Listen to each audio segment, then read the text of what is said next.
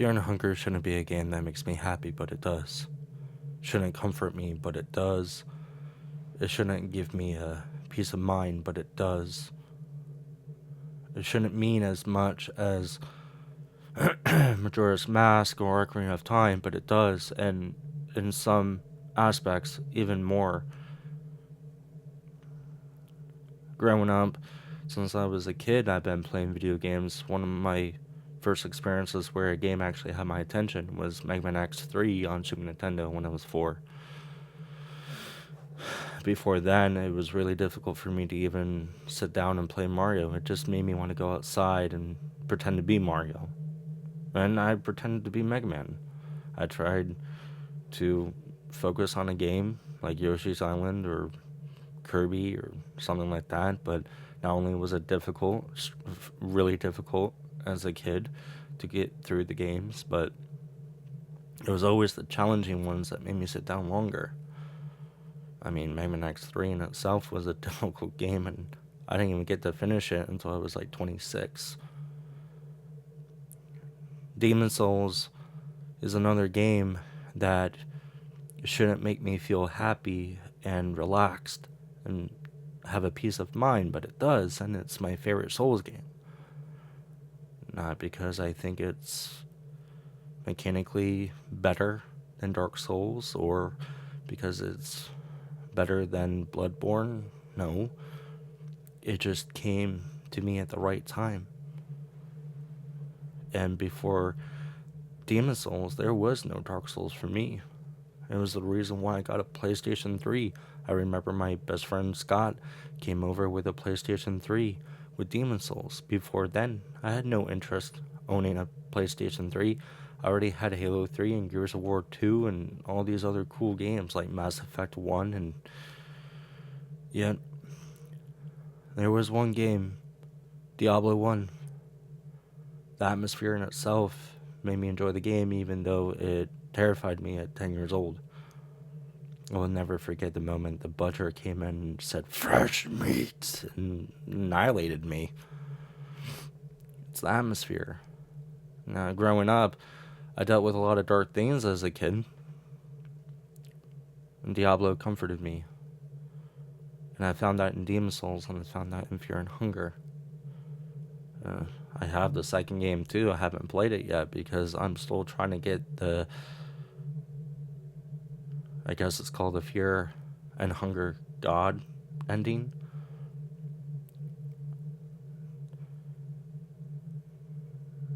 It means more to me the more I play it. I've been through a lot. I almost didn't make it in 2023. I have a lot of videos about that. And in my videos, what I went through in 2023 is entwined with the topics I talk about, or the live streams that I've had in the past, very few. I talk about it. I talk about my weight loss journey too, overcoming it, overcoming a lot of things. Like turning my own Xbox off, so to speak. You get what I'm saying, right? Not an actual Xbox, right? Well, recently I just lost 2 people from turning off their own Xbox 4 months apart, but technically for me it's only 3 months apart from one another. My childhood best friend and my cousin both did it, and for me only 3 months apart, since I didn't find out about my childhood friend until about a month later. Well, exactly, when the funeral already happened and everything. I rekindled a relationship of my best friend's brother, who I was closer with. It all really got to me. And I was anxious, and I was struggling, and I was dealing with bizarre mental things like unable to read correctly and things like that, which led to more problems. An example would be, I accidentally took more prednisone than I was supposed to when I got strep throat or whatever it was. For some reason, I read the instructions incorrectly. I was supposed to take 2 tablets every 24 hours. not 2 tablets every 12 hours. And best believe I lost my mind. And I ended up having liver problems and all kinds of other issues that I just shouldn't be dealing with, like extreme anxiety, that I already deal with anxiety in the first place. Around the same time, I found out my childhood friend passed away. I hear Tectone on Steak and Eggs podcast talk about fear and hunger. It's one of his favorite games. The way he lit up and explained why he loved it. And truthfully, I don't know how much everybody really paid attention to how much he loved that game. And then I watched his stream one night when I was laying in my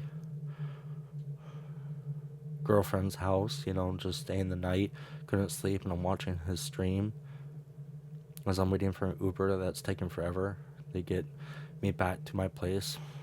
And I remember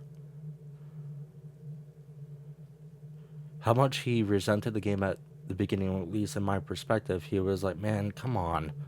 Really? That's it? Why is my legs broken? Am I really going to crawl the entire time? Things like that. Now there's, subjects in the game too. I'm not going to say them out loud, but you can go look at the disclaimers and stuff like that, and advisories and stuff. There's a lot of topics in the game that a lot of us ourselves have dealt with. I've dealt with some of it, right? And with all this anxiety in my life, off and on, just watching a horror movie is very difficult, and horror is like one of my favorite genres. My friend Ryan said it best to Sasuke, Flames Are on YouTube. He said that even though it's not his favorite genre when it comes to books or anything, horror, it's not his favorite. It's the most fruitful. Well, isn't that true? Isn't that why a lot of us like Silent Hill? And these philosophies, they don't just stop at horror games, but they extend in films and movies, anime, music, everything. Sometimes, like a band like Korn is really direct with their first 4 or 5 albums. Others, like Pink Floyd, or maybe something else like Red Hot Chili Peppers, it's more of a fantasy of like, wanting this, or you don't know the true meaning behind this, but you can self-insert. The point is, there was a point.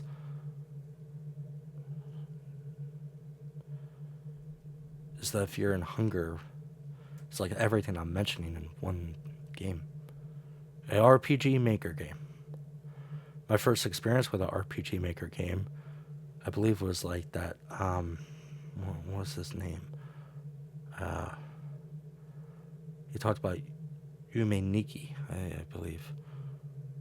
Rad, or something like that. God, I can't remember his name. He loves Rain Man. Nitro Rad. Sorry, buddy. He's a ginger too. Like, why am I forgetting? And then I played off RPG Maker game. Amazing game. That was when I realized, wow, like, I can just like download games and I don't even have to like experience it with some kind of transaction with my card. Someone made this, and before then it was like, well, I can get it from like some Resident Evil games and some Silent Hill games. I remember when PT came out, a game that should not be such a comforting game for me, but it is. Again, why? Why? And why is fear and hunger like the number one for me now? It's because I can go somewhere in a game, and you can too, that matches what I'm feeling on the inside. At first, when I played Fear and Hunger, I was jumping all the time. And I was getting frustrated too, all at the same. But then I started falling asleep to some lore to the game, which, by the way, not exactly a great story to just have wonderful dreams with, yet no nightmares. What is that? What is any of this? What's going on? Well,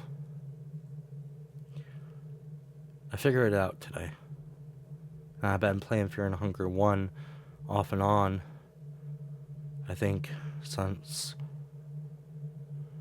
about a month after my childhood friend passed away by his own will. I just played it and just kept going back to it. Recently, after a break, which was probably around December, recently I just started playing it a lot, and I beat it. I've been playing as Darce, and I've been finishing. I already know what happens and everything, but the 1997 Berserk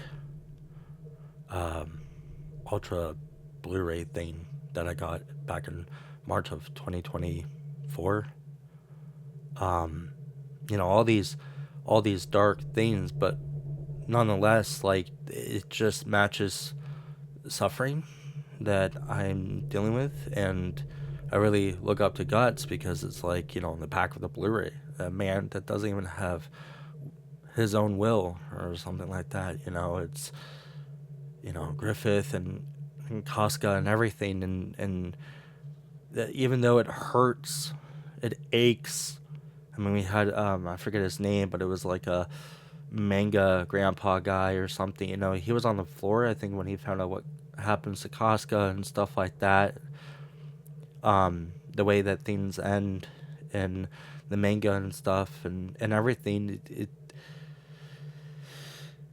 I felt it too, but at the same time, just like I felt I guess, the OVA or the movie, the true ending of Evangelion or something. Even though when I'm not watching it, even though I'm not playing the game, my imagination is still somewhere.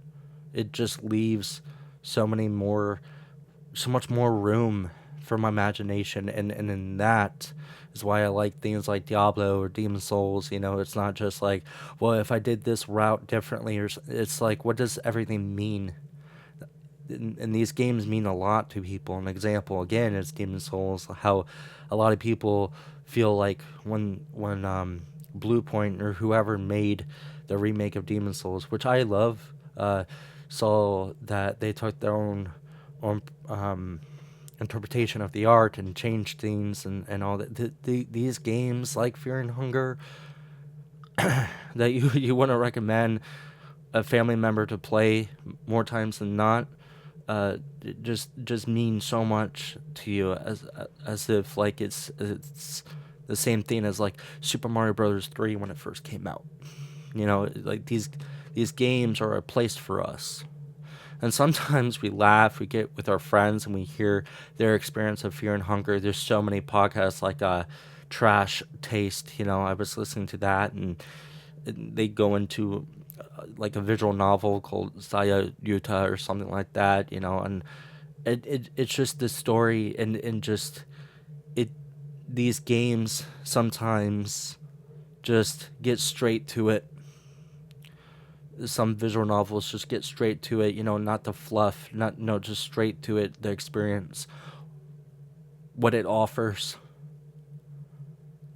And sometimes in those moments of, despair in real life, you play a game and it takes you somewhere and it gets straight to it, and you start working, you making progress, you make mistakes, trial and error, and then you start going on the wiki on Fear and Hunger like I did. Maybe you didn't, or you start watching YouTube videos on how to kill this guy or that guy, what's the best bet here and there, and you start to realize certain things.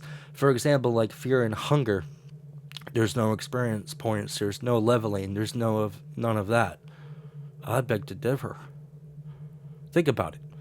When you first started playing the game, yeah, you didn't get experience points, but you got experience.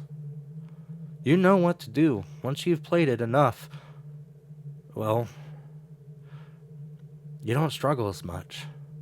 Sure, like when you pick up items and stuff like that, I mean, going through a barrel or a box or urine or whatever, you go through it. It's different. It's different. It's always different. Items are dropped. You can kill a lizard man. You can get the crude sword, or you can get something that doesn't really have much value for you. Sometimes even the crude sword, you can't even use it. I don't know, man. It's just, you know how to adapt. So you do level. An example as well is like Undertale, right? We love Undertale. A lot of us do. Despite how sometimes like the fans will ruin something, like I've heard Jacksepticeye talk about. You guys make it not fun. The game is respected and amazing, and there are some diehard fans out there. Yeah, and I agree. I love that game. And in the game, you learn that talking is about a route, and any decision you make will follow you for the rest of your days in Undertale. Unless you go into the certain files in the game, if I dare say. But that takes away the experience, doesn't it? You start talking to them as well. If you're in hunger, do you want to talk to everybody? Do you want to interact with everything? Do you want to read every book? Do you really want to gamble that? You get to a point where you start learning just by a feeling that maybe you should or should not do something. When was the last time I played a game like that? Not only does it match what I deal with at times, but when everything is said and done in my life and things are better, that appreciation and that experience I had with Fear and Hunger and other games will be with me for the rest of my life. Here's a really cool thing that happened yesterday. I don't know what happened, but I got back into martial arts. And I got back into the gym.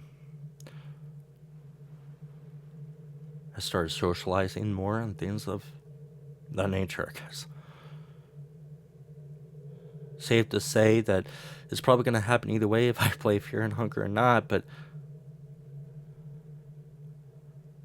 I don't know. I feel like since I had a place to go, I was able to go out in the world later and just start doing things I want to do. So, and to the creator and all the fans of Fear and Hunger and any game I just mentioned, I love you and thank you. A little backstory from what I remember of Fear and Hunger. The creator, Miro, maybe it's Miro or something. And forgive me if I have this incorrect, but I was reading an interview. Where did the game start in the first place? Well, from what I remember, he was explaining, the creator. Well, I was in class at some point, and the teacher would ask hypothetical questions like, what would you do if A or B or C? What would you do? Whatever, XYZ. Well, he got into the cafeteria and he was asking his friends morbid questions. But then they turned it into a game. Just something to do. And it was called like the Dark Dungeon or something. And eventually he took a break, making like what was the concept of the game, and the game kept changing over time, but he took a break, and then right around the time he was saying that's when indie games started blowing up. And boy, I regret the whole like, well, who's gonna play 2D games? And then we had things like Super Meat Boy and Fez, indie game the movie stuff, Braid and stuff like that. If he's talking about that particular time, or maybe Binding of Isaac, or maybe later like Hades or something like that, these 2D games, well, eventually he started coming up with a concept because he had to work on a game for school again and things like that. And eventually, just something started to happen. And his words was, it was almost like the game started doing it for him. I don't know, take that as you will, but isn't that poetic? It's incredible. And a game like that, with such dark undertones, and keep in mind these triggering themes in the game, you don't take it lightly. You really have to consider this. And there's even a mod to just censor the game if you so choose. And no, I don't think that's debatable. It's really up to the person. You want to give it a shot, go for it. But in the end, it's just sometimes, like, people don't want to play something like Fear and Hunger or Demon's Souls or Dark Souls or Bloodborne or Silent Hill or Fatal Frame or something like that, or Clockwork, or what is it called? Clock Tower, things like that. Some people just want to boot up Mario 64, and you know what? That's good, because I've done it myself. It's not necessarily what works for everybody, but same with people like me. And sometimes Mario 64 or Phantasy Star or Final Fantasy doesn't always work. Doesn't always put me in a place where I feel like what's inside really matches when I'm playing. And sometimes when I play games like God of War or Kingdom Hearts, I just feel worse. There's a lot of moments in Kingdom Hearts or Final Fantasy VII that help me, but